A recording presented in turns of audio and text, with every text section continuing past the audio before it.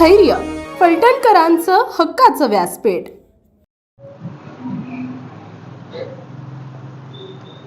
काल जे निवडणूक अधिकाऱ्यांनी निर्णय घेतलाय तो निर्णयासाठी तुम्हा लोकांना आमची भूमिका, साहेबांना मानणाऱ्या जनतेची भूमिका सांगण्यासाठी तुम्हाला निमंत्रित केलं आणि तुम्ही सर्वजण उपस्थित झाल्याबद्दल मी आमच्या फलटण तालुक्याच्या शरद पवारच्या लोकांच्या वतीनं मनपूर्वक स्वागत करतो, आभार मानतो। काल जो निर्णय घेतलाय हा कायद्याला लोकशाहीला धरून निर्णय झालेला नाही। पक्ष हा आमदाराला उभा करतो,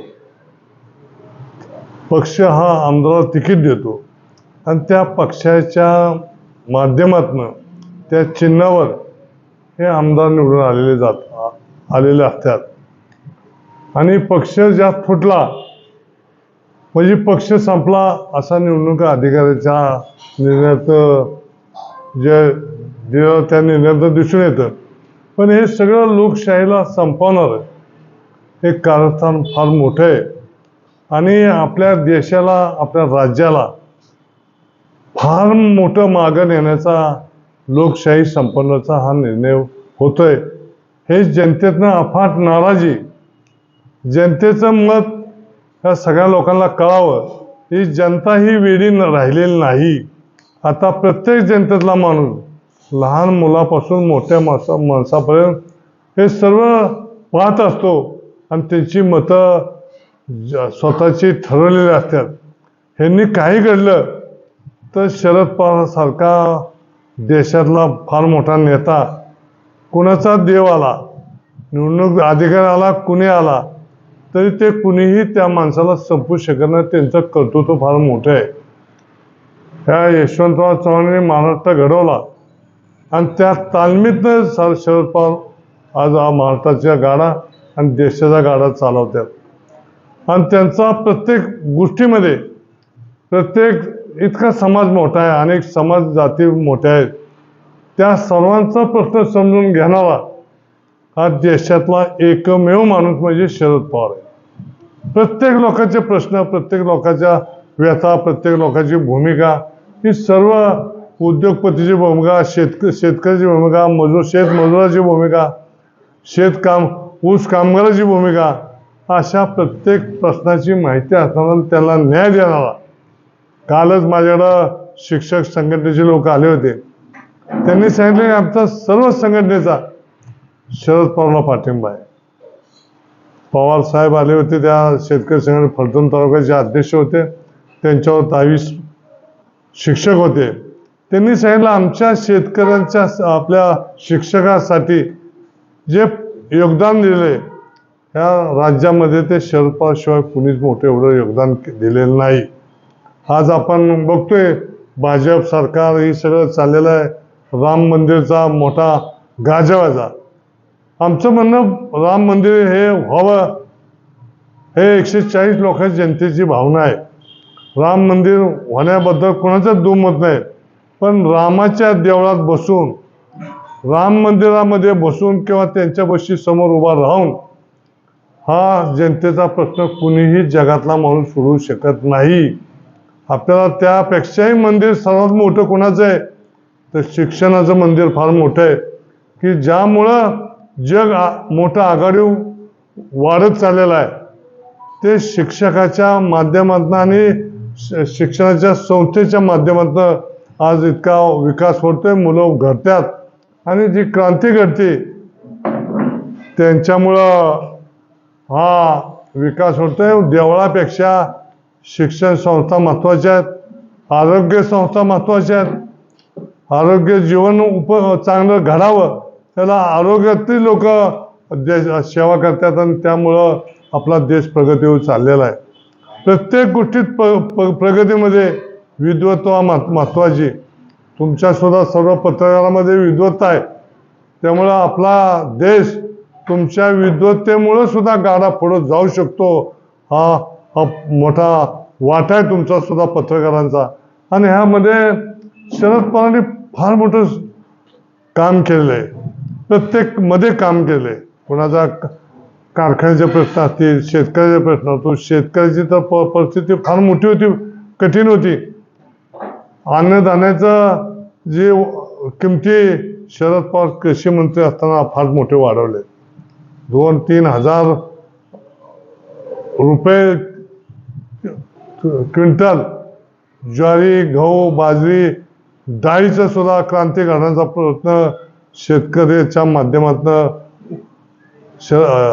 कृषी मंत्री असताना पवार साहेबांनी घडवले. आणि दुधामध्ये सुद्धा पवार साहेबांच्या माध्यमातून क्रांती घडवलेली आहे. तुम्हाला माहिती आहे की काही काळात आपण मिलो खात होतो. मिलो जे अमेरिका माशाला धान्य टाकत होती ते आपण खात होतो. पण कृषी मंत्री पवार साहेब झाल्यानंतर जगामधला सर्वात अन्नधान्याचा साठा, अन्नधान्याची क्रांती शरद पवारच्या माध्यमामुळेच घडली, हा मोठा आमचा दावा आहे. आणि एवढ्या चांगल्या माणसाला हा निवडणूक अधिकाऱ्यांनी काल निर्णय घेतला. मला त्यांना प्रश्न विचारायचा आहे की तुम्हाला जन्म देताना सुद्धा तुमचे आई वडील होते, तुमचा कोणतरी वडील होता, तुम्हाला त्यांनी जन्म दिला. ह्या पक्षाला जन्म देणारा हयातमध्ये असताना तुम्ही असे निर्णय घेताय, म्हणजे आपण आई बापाला सुद्धा विसरून आपण हा निर्णय घेताय. ही सर्वात बेकार गोष्ट घडली देशामध्ये. सामान्य माणसाला भयानक बोचलेले हे निर्णय झालेला आहे. पक्ष वाढवायचा, मुलासारखे माणसं सांभाळायची, आता अफाट माणसं सांभाळणारी भूमिका पवार साहेबांनी अनेक पक्षाला ताकद दिलेली, अनेक लोकांना ताकद दिलेलं आहे. साहेब पक्ष चालू असताना विकासामध्ये पक्ष बघत नाही. मोदी साहेबाला सुद्धा साहेब कृषी मंत्री असताना आणि मुख्यमंत्री गुजरातचे असताना त्यांना बोलून मदत करणारा हा शरद पवार सारखा नेता असा देशात होऊ शकत नाही. ते मोदींनी सुद्धा मान्य केलंय. मोदी बद्दलच्या भूमिका फार विचित्र आहेत. तुम्ही पक्ष तुमचा वाढवा. आज फलटणमध्ये भाजपचे लोक आहेत, पूर्वीची, त्या लोकांना एक पद देत नाही, एक पद त्यांना मिळत नाही. ज्या आलेले गबाळीतले लोक आलेले, बाहेरचे लोक आलेले, तुम्ही त्यांना पद देता. आता तुम्ही भाजपमध्ये खरं वाढवायचे असं तुम्ही लोकांना तुमच्या मोठे करा ना, ती क्रांती घडवा ना. तुम्ही दुसऱ्याच्या पोरला म्हणणार की आमची पोर आहेत, ही कुठली पद्धत काढली भाजप, कुठली लोकशाही काढली? हा आमचा प्रश्न या भाजपवाल्याला. भाजप तुम्ही ज्या वेगाने चाललेला आहे त्याच वेगाने तुम्ही संपणारे, वेळ लागणार आहे. आता जनता हुशार आहे, जनतेला कळतंय. तुम्हा मंदिरात सुद्धा पत्रकार करते हे काय चाललेलं आहे. आता अरविंद मेहताने सांगितले की तुमच्या फायद्याचा निर्णय आहे. अरविंद मेहताचा उद्देश वेगळा आहे की लोकांना आता समजले, ही लोकांना नाराजी फार मोठी वाढत चालली आणि त्याचा शरद पवार फायदा होणार हा अरविंद मेहताचा मुद्दा महत्वाचा आहे. पण हे करत असताना लोकशाही कुठं चालली, कुठं कायदा चाललाय? बाबासाहेब आंबेडकरांनी कायदा लिहिलाय, कुठं कायदा चाललाय, कुठं कायद्याने राज्य चाललंय, कुठला देश चाललाय? ही सर्व चुकीची पद्धत चाललेली. पक्ष हा माणसं घडवतो आणि पक्षातली लोक फुटून जातात, ती सुद्धा नादानपणे वागत असतात, नादानपणे. फलटण तालुक्यात तुम्हाला माहिती आहे की पवार साहेबांनी 20-25 वर्ष मंत्रीपद दिले, पालकमंत्री तुम्हाला घडवले.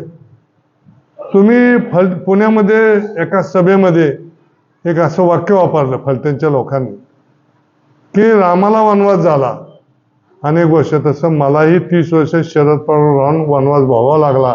ही काय चुकीची पद्धत वाटली, चुकीचं वाक्य वापरलंय, ह्याचा पहिला मी निषेध करतो. फलटणची जनता एवढी खुली नाही. फलटणचा विकास घडवण्याकरता शरद पवारचा 80% शरद पवारचा वाटा आहे.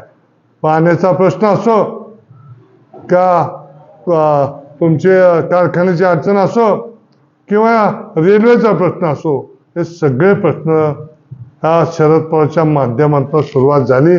पुढं कुणी केले त्यांचं यश असेल बी, मी त्याला कधी नाकारू शकत नाही. पण जे सुरुवात केली, ज्याला जन्म घातला त्या विकासाला, त्याचा सर्वात महत्त्वाचा भाग शरद पवारांचा शरद पवारचा कामगिरीचा आहे. म्हणून आज फलटण तालुक्यात पाणी आणलं. आज आता नीरा देवगरचं पाणी आणलं. नीरा देवगरचे तुम्हाला फोटो दाखवत आम्ही. शरद पवारच्या माध्यमातून नीरा देवगर उभं राहिलं. रवींद्र बेकर होते. पुनर्वसनची लोक त्या काळातली फार मोठा विरोध होता की आमच्याकडे पाणी आणू नका. पहिलं नातंबीच्या चिमणाने प्रयत्न केला. नातंबीमध्ये 45 गावं पुनर्वसन म्हणलं जात होती. ते विधायक काम म्हणजे ते फिजिकल होत नव्हतं. म्हणून जेवढं कमी जाऊन पाणी जास्त कसं मिळेल त्याकरता हा पवारसाहेबांनी निर्णय नीरा देवगरचा घडवला आणि केला. आणि त्या काळात माझ्याबरोबर हिंदूराव राजाभाऊ भोसले, प्रल्हाद पाटील, रंगोपंत दाते, तुमचे सर्व लोक, पत्रकार मंडळी, रवींद्र बेकर, सगळी प्रत्येक आंदोलनाला होते. एका आंदोलनामध्ये जेलभर आंदोलनामध्ये रामराजे, संजीवबा सुद्धा माझ्या आंदोलनात, पिंटूबा सुद्धा माझ्या आंदोलनाच्या नेतृत्वाखाली होते. हा मोठा आम्ही केलेला त्याग आहे. 8-9 वर्ष आम्ही आपलं आंदोलन सुरू केलं होतं. लोकांच्या बरोबर घेऊन, फलटण आणि खंडाळ्याच्या लोकांना, जनतेला बरोबर घेऊन आम्ही हे प्रश्न सोडले. रेल्वेचा सुद्धा तुम्हाला मी खासपणे सांगतो की त्यावेळेला भाजपची लोक छोटी लोक होती. शिवसेना अतिशय कमी लोक होती शिवसेनेची. पण त्या लोकांना सुद्धा आम्ही बरोबर घेऊन पवार साहेबाला आम्ही सर्व पक्षाचं शिष्टमंडळ 250 लोकांचं नावं सांगून आपण जाफर शरीफला बारामतीला भेटलो. आणि त्या काळात आपण हे रेल्वे मंजूर करून घेतली आणि त्यांचे फोटो सुद्धा माझ्याकडे. आणि त्याच्यानंतर जे कायद्याने प्रयत्न केले हे मान्य आहे मला. पण सुरुवात ही शरद पवारची.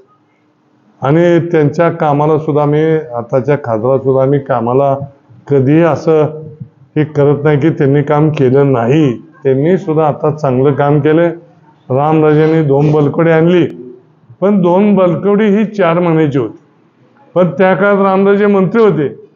पण त्याच्यामध्ये 2 बलकवडी नीरा देवगरमध्ये त्यांनी जल आयोगाची मान्यता घेतली नाही. त्यामुळं नीरा देवगर हे पाणी भुईपाटाने पाणी येत होतं आणि आदरकी मार्गे, आंधरुण मार्गे फलटणला सर्व तालुक्याला पोचत होतं. त्याचा सुद्धा माझ्याकडे नकाशा आहे. असं असताना हे शरद पवारच्या माध्यमातून एवढं काम उभं राहिलंय. अनेक लोकांना मदत झाली. शरद पवारांनी अनेक कारखान्याला मदत केली. दूध संघामध्ये फार मोठ्या अडचणी होत्या. खाजगी 2 दूध संघ होते त्या काळात. साहेब त्यावेळेला कृषी मंत्री होते. संजय बाबा आणि रणजित नाईक निंबाळकरांना सुद्धा अफाट मोठ्या ह्या धंद्यातनं, अडचणीतनं बाहेर काढण्यानं पवार साहेबांनी इतिहास घडवला. ही गोष्ट तुम्हाला मान्यच करावं लागेल ना. अशा माणसाला अडचणीत आणणं आणि दिवाळी साजरे करणं ही फार मोठी चुकीची गोष्ट आहे. जे गेलेत त्या लोकांना माझं आव्हान आहे की तुम्ही मर्दासारखं सर्व आमदार असाल, तुम्ही पक्षाचा राजीनामा द्यायला पाहिजे होता. आणि राजीनामा देऊन परत निवडणूक लढवायला पाहिजे होती. आणि तुम्ही निवडून येऊन जिंकायचं. तुम्ही त्याला मर्द म्हणतात. या तर तुम्ही गेलाय, पक्ष का फोडताय, पक्ष का आमचा बाजूला नेताय. ही मर्दाची भूमिका नाही. ही मर्द नाहीच आहे. ही मर्दाची भूमिका नाही. म्हणून तुमचा सर्वांचा या भूमिकेमध्ये काही संबंध नसताना तुम्ही पक्ष ताब्यात घ्यायला निघालाय. हे चुकीचं आहे. सुप्रीम कोर्टाच्या माध्यमातून असो की आम्ही, जनता हे मोठं माध्यम आहे. आम्ही समाजापुढं सर्व पवारसाहेबांचे सर्व कार्यकर्ते ठामपणे लोकांपुढं जाऊन आम्ही लोकांना आव्हान करणार आहे. शरद पवारच्या नेतृत्वाला पाठिंबा उभा राहा. तुम्हाला दाखवून देऊ आम्ही त्या काळात सुद्धा की आम्ही शरद पवारच्या मागं आणि उद्धव ठाकरेच्या मागं आम्ही राज्य उभा केल्याशिवाय राहत नाही. काँग्रेसच्या मागं उभा राहायला सांगणार नाही. आणि हे येणारं राज्य, येणार निवडणूक खासदारकीची सुद्धा आम्ही 30 खासदार आम्ही आमच्या महाविकास आघाडीने निवडून आणल्याशिवाय कार्यकर्ते गप बसणार नाही. एवढंच तुम्हाला आम्ही अभिवचन देतो, आव्हान देतो. आम्ही 100% ही गोष्ट यशस्वी केल्याशिवाय राहणार नाही.